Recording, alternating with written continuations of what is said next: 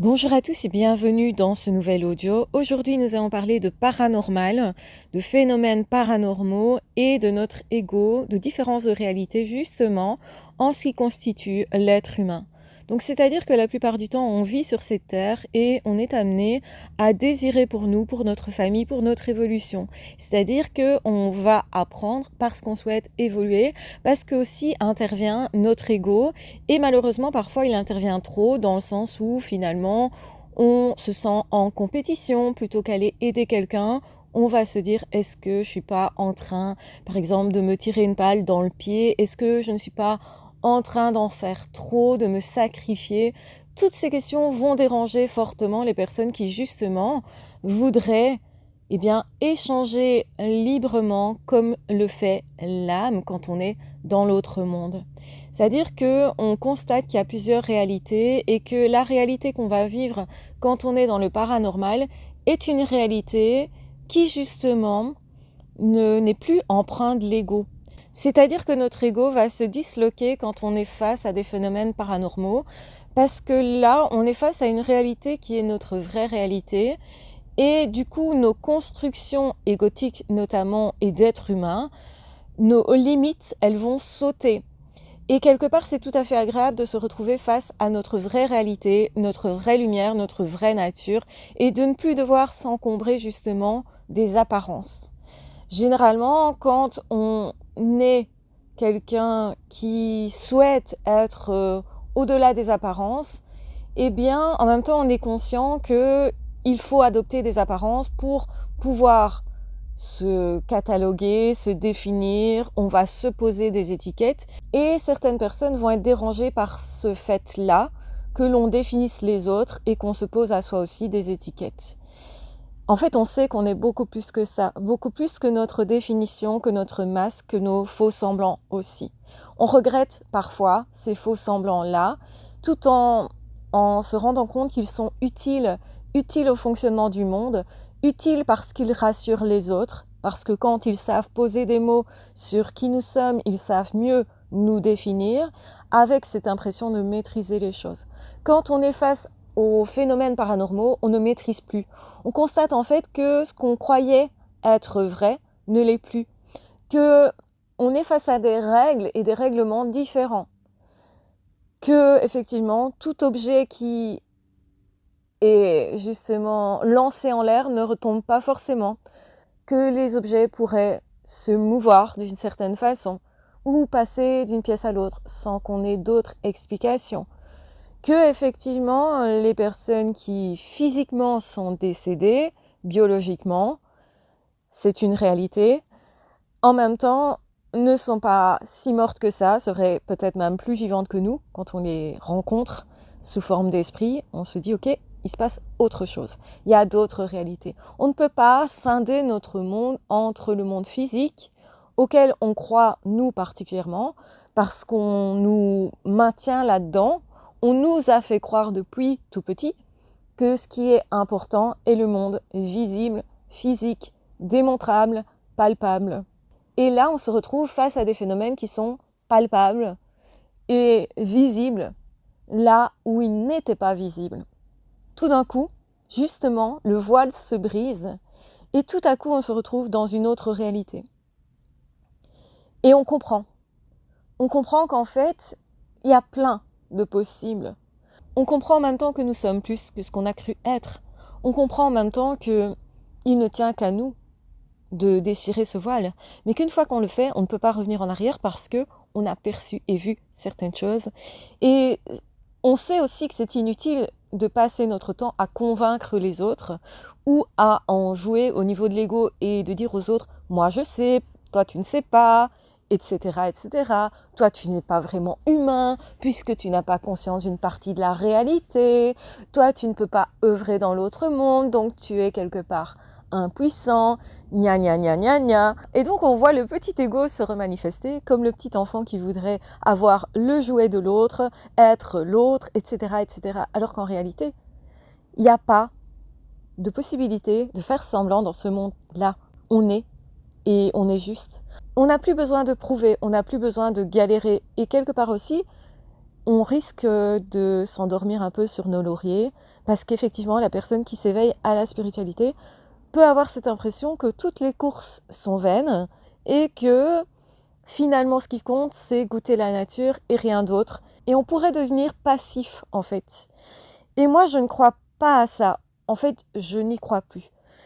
Je pense que quand effectivement on a un éveil spirituel, on voit une autre réalité, on est subjugué par ça, on voit le beau de la réalité aussi, on voit que tout est intrinsèquement lié et que tout a un sens, là où on n'en voyait pas justement, là où on se révoltait parfois aussi, tout d'un coup on s'apaise, tout d'un coup on a compris que la vie, elle n'est pas si déshumanisée que ça, que parfois derrière, on peut le dire, l'horreur, se cachent au contraire des belles leçons de vie et que justement il ne tient qu'à nous de tout transformer par notre regard, par notre amour, par qui nous devenons et ce que nous choisissons. Et cette spiritualité pourrait donner l'illusion que ça ne sert à rien, effectivement, de réussir professionnellement, de courir après l'argent, de mettre en avant le monde matériel, etc., etc. Et on peut faire un refus, vraiment, de ce monde-ci, finalement, au point d'arrêter un peu de s'investir dans le monde physique. Cependant, moi j'ai souvent constaté qu'on avait ensuite autre chose qui se passait, c'est qu'on a un retour au monde. On constate que oui, effectivement, l'âme est plus importante que le reste. Oui, effectivement, nous ne sommes pas vraiment mortels. Que oui, effectivement, préparer sa mort est important. Savoir comment nous allons survivre au-delà est important. Mais qu'on est aussi ici sur Terre pour faire l'expérience, pour apprendre, se développer et que ça redevient important ensuite, heureusement. Parce que il ne s'agit pas de quitter la vie en tant que telle. Il s'agit plutôt de l'investir justement pour apporter le meilleur de ce qu'on a décidé de devenir parce que justement on a été en contact avec l'autre monde. Et parfois on aura besoin d'y retourner dans cet autre monde, de recevoir à nouveau des messages, de savoir que notre vie, elle passe d'un côté à l'autre, que à nouveau à certains moments le voile se redéchire, qu'on reperçoit cette réalité autre qui nous donne du recul sur notre vie, qui nous permet justement de ne plus trop prendre les choses à cœur et de pouvoir les décoder différemment. Et les phénomènes paranormaux sont là pour nous rappeler ça. Et en cela, je pense qu'ils sont très utiles pour notre équilibre d'être humain. Pour comprendre que nous sommes à la fois matière, mais aussi énergie, que nous avons une âme qui est indépendante de notre cerveau, qui n'est pas justement dans notre esprit, dans tout ce qui est réflexion, etc. Ça va au-delà. Notre âme, elle peut accéder à des infos que nous n'avions pas, elle peut accéder à des raisonnements que nous n'avions pas, elle peut accéder à une forme d'intuition, et pour moi l'intuition c'est aller chercher justement aussi dans plus large que soi, plus grand que soi, par quelque chose qui a été déposé par tous les humains pour tout le monde. Et justement dans ce cas-là, on commence à œuvrer pour le monde parce qu'on comprend qu'on fait partie intégrante du monde, qu'on ne peut pas être seul en fait, qu'on n'est jamais seul, qu'on n'est jamais abandonné, qu'on n'est jamais inutile. Et ça a quelque chose d'extrêmement rassurant, peut-être aussi par ego, mais en même temps je pense que l'ego n'est plus en jeu dans ce cadre-là. On ne pense plus à nous, on pense à l'humanité, on passe à autre chose, à plus grand que nous, à une connexion qui complètement va disloquer notre petite personne. On va se sentir connecté au monde au point de devenir la nature, le monde, l'animal qu'on regarde, etc. On perd nos frontières, mais ça a quelque chose d'extrêmement rassurant parce qu'en même temps, on se nourrit de plus grand que soi. Et effectivement, ces expériences mystiques qu'on peut vivre et ces expériences paranormales de contact justement avec des esprits, avec des défunts qui vont nous amener des réponses qui sont particulièrement bienvenues et fonctionnelles justement, qui vont nous apporter une autre façon de voir le monde, de voir la vie, de nous percevoir et justement une façon d'aimer différente. Et on se met à aimer des personnes même qu'on ne connaît pas, qu'on croise comme ça. On est inspiré tout à coup par cette personne qui passe et on a envie de donner de l'amour. Et là, on sait qu'on est en contact, non pas avec la personne, non pas avec ses apparences, mais avec une partie de son âme et que ça, c'est vibrant. Et donc effectivement qu'à certains moments, on va devoir sortir de ça pour travailler, parce que notre patron, il va pas être OK qu'on reste en train de, eh bien, de contempler seulement les choses. Et effectivement, c'est le risque de n'être plus que dans la contemplation. Et pourtant, tout être spirituel, à un moment donné, a accédé à cette contemplation et va considérer que cette contemplation, elle est même essentielle. C'est justement, je regarde le monde tel qu'il est, je le vois avec ses règles, ses lois, ses forces, je le vois différemment, je le perçois, je le ressens, et puis après, je vais œuvrer quand même dans le monde parce que je veux changer ce monde pour le meilleur, pour l'amour, pour l'entraide, pour effectivement plus grand que nous. Et que quelque part, notre mission n'est rien d'autre que ça. Transmettre, donner, recevoir aussi, partager, autrement dit. Et que oui, c'est nécessaire de reprendre part à la vie quand on a eu une période de méditation, de contemplation, de spiritualité. Et on sait que la spiritualité fera du coup toujours partie de notre vie.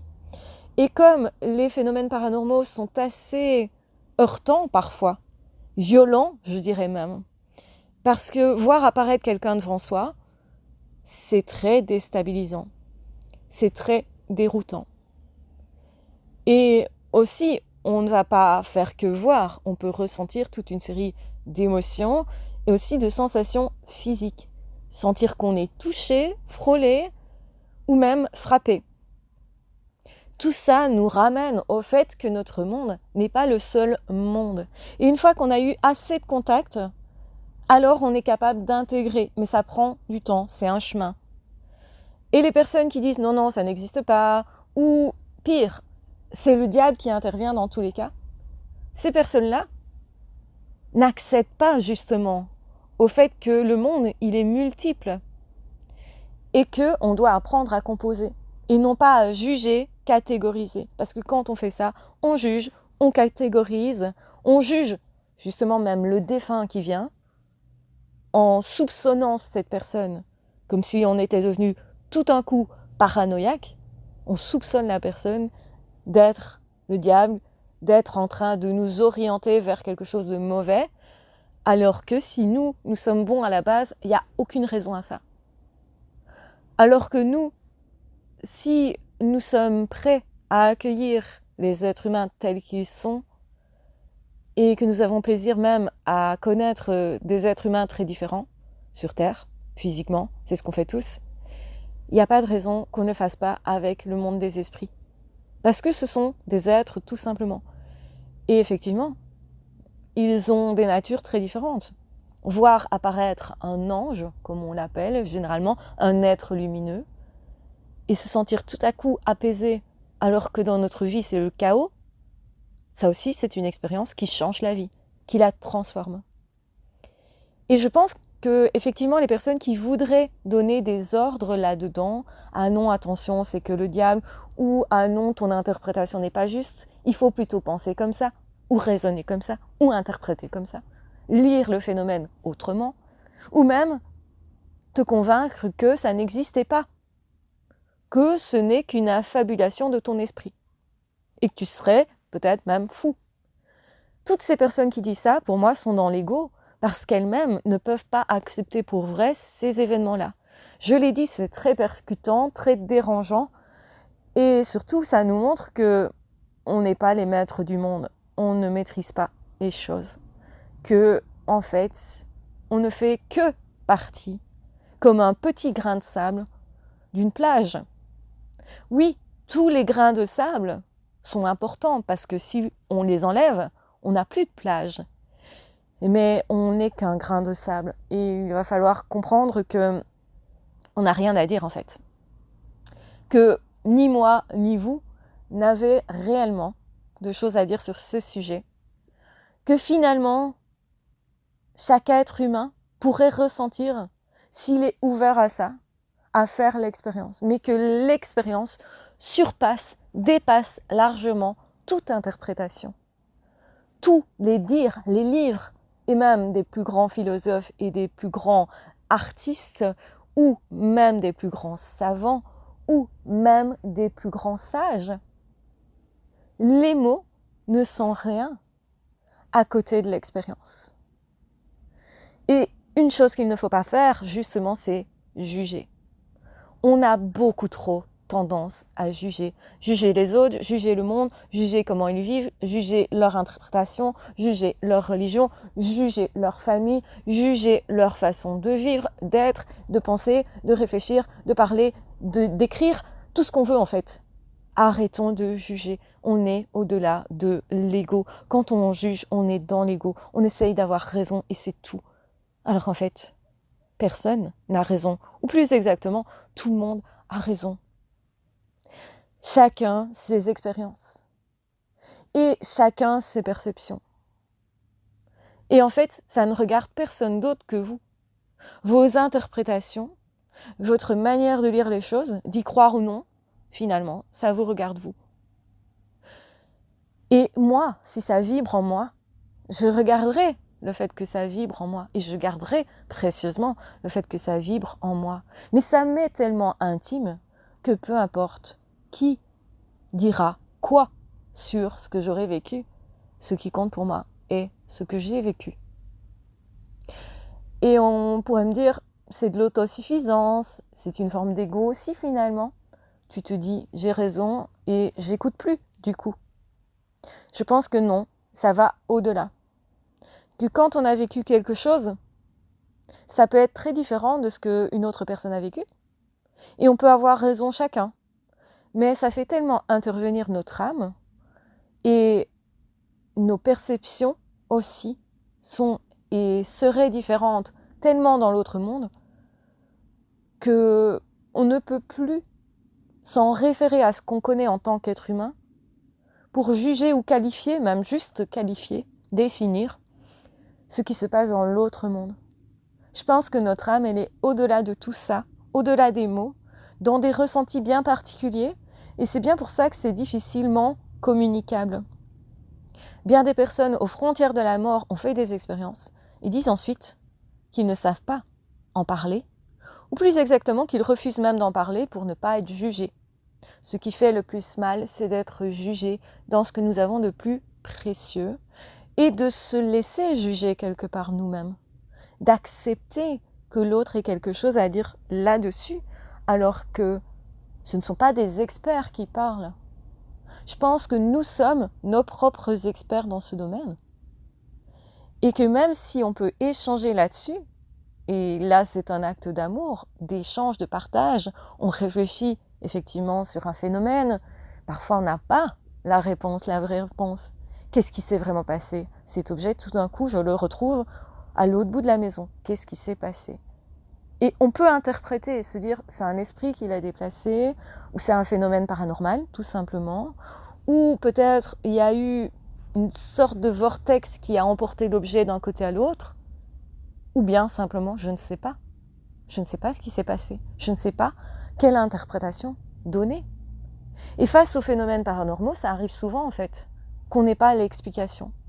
Et quand on veut absolument l'explication, il est possible que ça soit juste notre ego et qu'on se dise je suis intelligent et donc pour continuer de penser de moi que je suis intelligent, je dois trouver des réponses.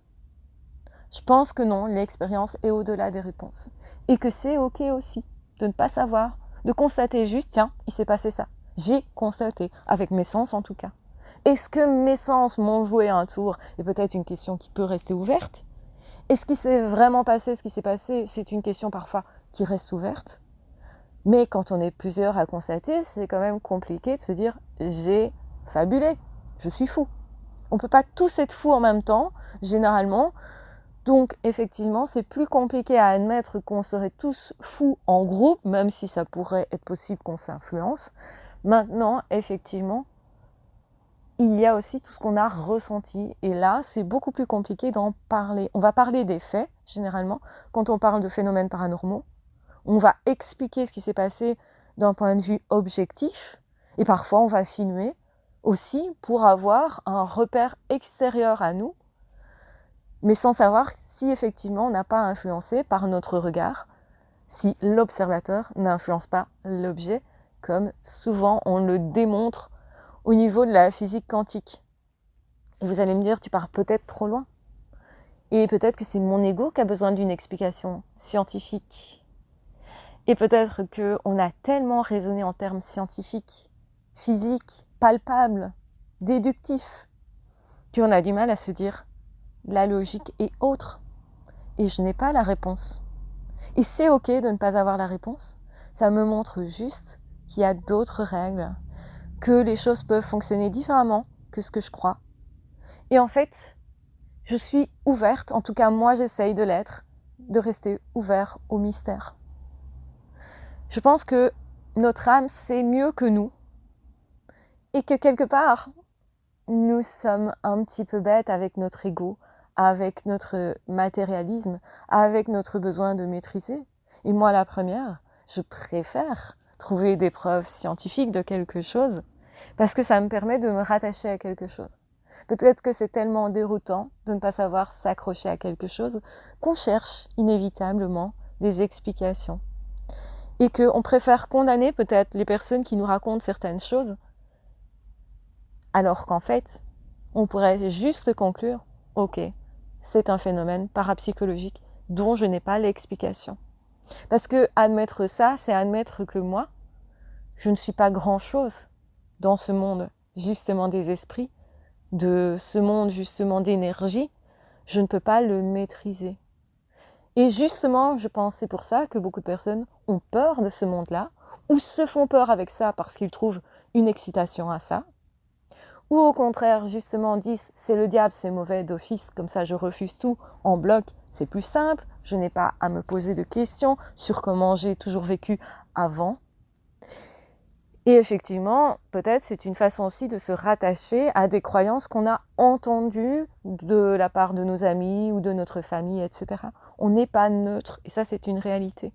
Notre ego fera toujours de nous un être qui ne peut pas voir vraiment clair, parce qu'il est dérangé d'être si petit et d'être seulement un grain de sable dans ce vaste univers. Nous ne sommes pas plus que ça, et en même temps, nous sommes tellement, puisque nous sommes rattachés à tous, à tout le monde, et à toute vibration possible. Et c'est là le paradoxe de la personne qui s'éveille à la spiritualité. Dois-je du coup être en mode contemplatif, calme et paix autour de moi, ou au contraire, est-ce que je me révolte contre la haine, la colère, la destruction? Est-ce que je défendrai plus les êtres humains parce que je suis spirituelle, ou est-ce qu'au contraire je laisserai plus faire en me disant eh bien, les forces de la nature ont décidé comme ça, ou Dieu a décidé comme ça, alors je laisse faire? En fait, nous avons tous nos propres choix, et je pense que c'est important de comprendre qu'il n'y a pas de bon choix, il n'y a pas de mauvais choix. Il y a juste le fait d'être à l'aise ou non avec les choix que nous avons faits, que nous avons pris.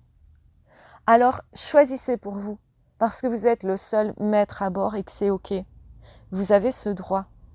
Et en même temps, l'amour est certes bien plus vaste que ce qu'on s'imagine. Et je pense que ça vaut la peine, du coup, de le trouver partout, même dans les phénomènes parapsychiques, justement.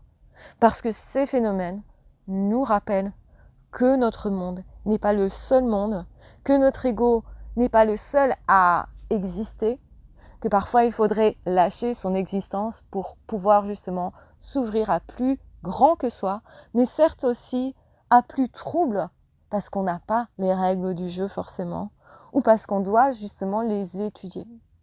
Et moi j'ai choisi ça, d'étudier ce monde-là, de me dire waouh, on est face à un monde qui est complexe, mais qui est super intéressant, qui est plein de belles choses et de beaux êtres aussi. Et moi, j'ai décidé effectivement d'accueillir ça, d'étudier ça, d'y aller pas à pas, et certes aveuglément, parce qu'on ne peut voir qu'une toute petite partie, certes, de ce monde-là. Et donc, il faut admettre que nous sommes principalement incompétents dans ce monde-là, mais que nous sommes aussi des étudiants, et que quand on a choisi d'apprendre certaines choses, eh bien notre vie devient aussi excitante et ça peut être ok. Mais sans oublier que nous faisons partie d'un monde qui est aussi physique, auquel nous devons prendre part, de mon point de vue en tout cas, parce qu'effectivement, se réaliser physiquement dans le monde fait partie de notre tâche. Nous sommes ici sur Terre pour quelque chose de précis, c'est ce que moi je crois personnellement. Vous n'êtes pas obligé de croire la même chose, mais moi je vous dis simplement comment je vis les choses en espérant que ça vous aide, vous en tout cas, à trouver des directions pour vous, à trouver des points de repère, parce que oui, c'est très inconfortable de ne pas savoir expliquer certaines choses, de ne pas avoir de points de repère, et peut-être même d'avoir nos peurs qui du coup nous assaillent. Ça peut être très très très perturbant. Et moi, j'ai décidé que c'était ok quand même d'être parfois perturbé par cet autre monde. Et je vous dirai toujours, je n'ai pas la science infuse, je ne sais pas tout, mais ce que j'ai vécu, et oui, j'empêcherai quiconque de salir ces expériences-là, d'amour principalement, et de belles émotions aussi, échangées, partagées, de contacts, d'observations multiples. Tout ça, eh bien, m'appartient à moi. Et donc, du coup, je ne laisserai personne juger ces expériences-là. Donc, c'est un choix que j'ai fait personnellement.